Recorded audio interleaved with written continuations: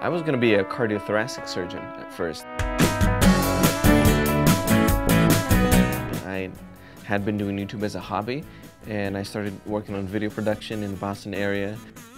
At first, my parents were slightly worried. They said, take a year, do it, and try it, because if you don't try it, you're going to regret it for the rest of your life. Eventually, I became like the 7th most subscribed channel of all time.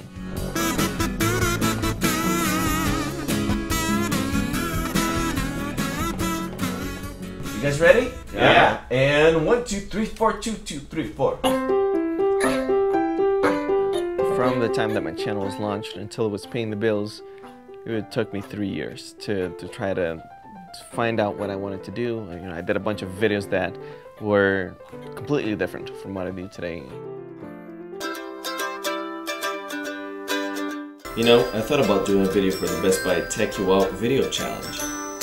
But then I remembered that I don't have a video camera in my Now phone. I began doing stop motion videos. I started doing musical videos, and then I started doing skits, and then I started doing special effects. And it took a long time for anything to catch on. I didn't know what to do. And for me, it was just having fun doing different things. I didn't think that it was going to catch on. My mom and my dad are from Brazil. My mom is genius. She has written books and things like that.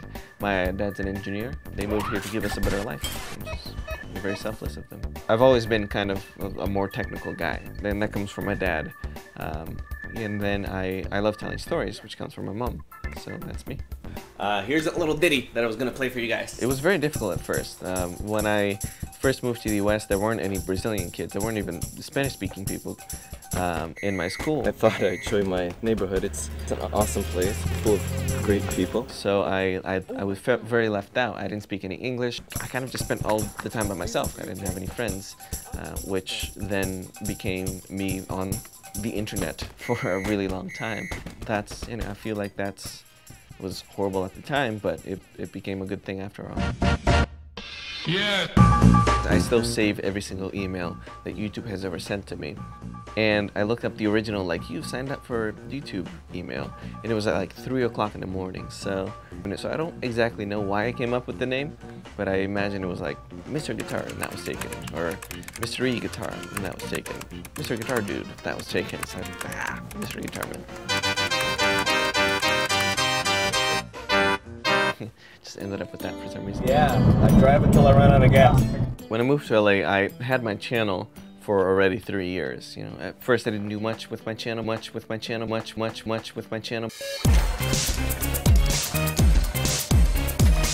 then I had been doing videos pretty regularly. I had already had a video with 4 or 5 million hits at the time. But it was still very difficult because CPMs on YouTube were very low.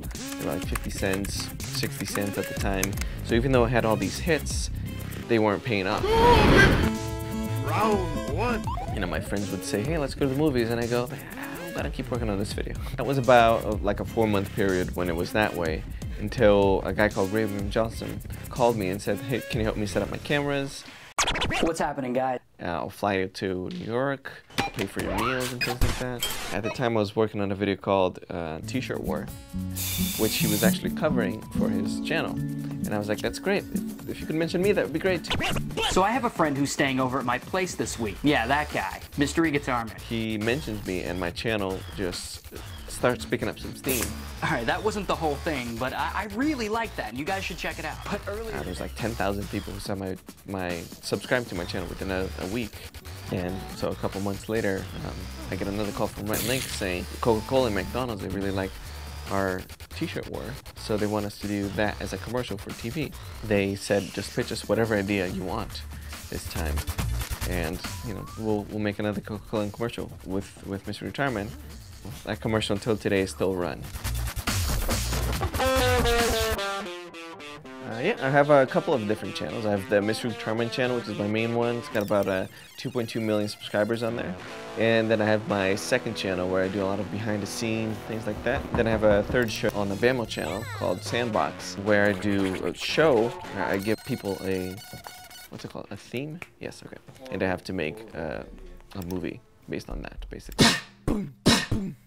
There is a lot of different talent on YouTube. There are the musicians who are able to take their music and maybe become Justin Bieber, or maybe not become Justin Bieber and become Macklemore, where they're doing everything by themselves. You know, a lot of people ask me, when's your album coming out? And I say I'm not a musician, I'm more of the filmmaker, and the real question should be when are you making your feature film?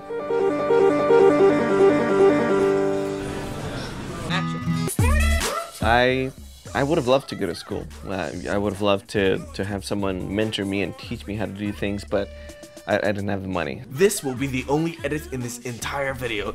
So I had to look up video tutorials, and I have to try different things and shoot a bunch of tests and just do it all myself. Shut up!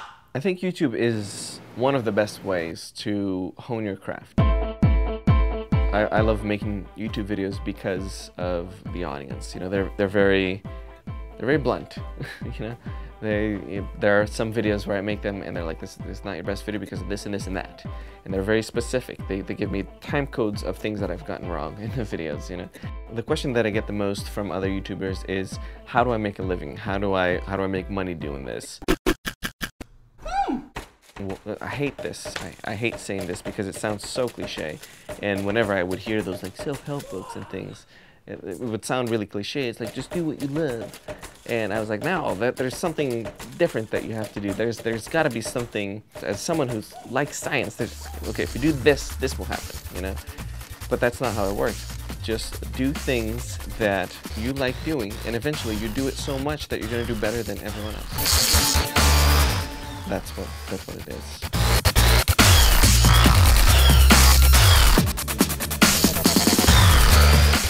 I was at an airport in Hong Kong, and I was looking for an outlet to plug my laptop in so that I can watch a movie or something.